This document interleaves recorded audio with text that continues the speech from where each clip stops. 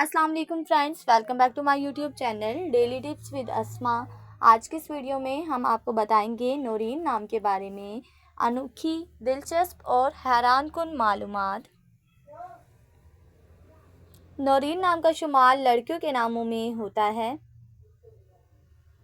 नौरीन एक इस्लामी नाम है। नौरीन नाम की इब्तदाई तारीख अरबी ज़ुबान से निकलती है।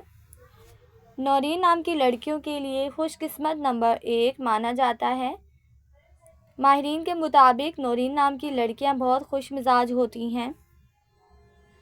नौरीन नाम का मतलब है रोशनी, चमक। नौरीन नाम की लड़कियों के लिए खुशकिस्मत दिनों में जुम्मा और हफ्ते का दिन शामिल है।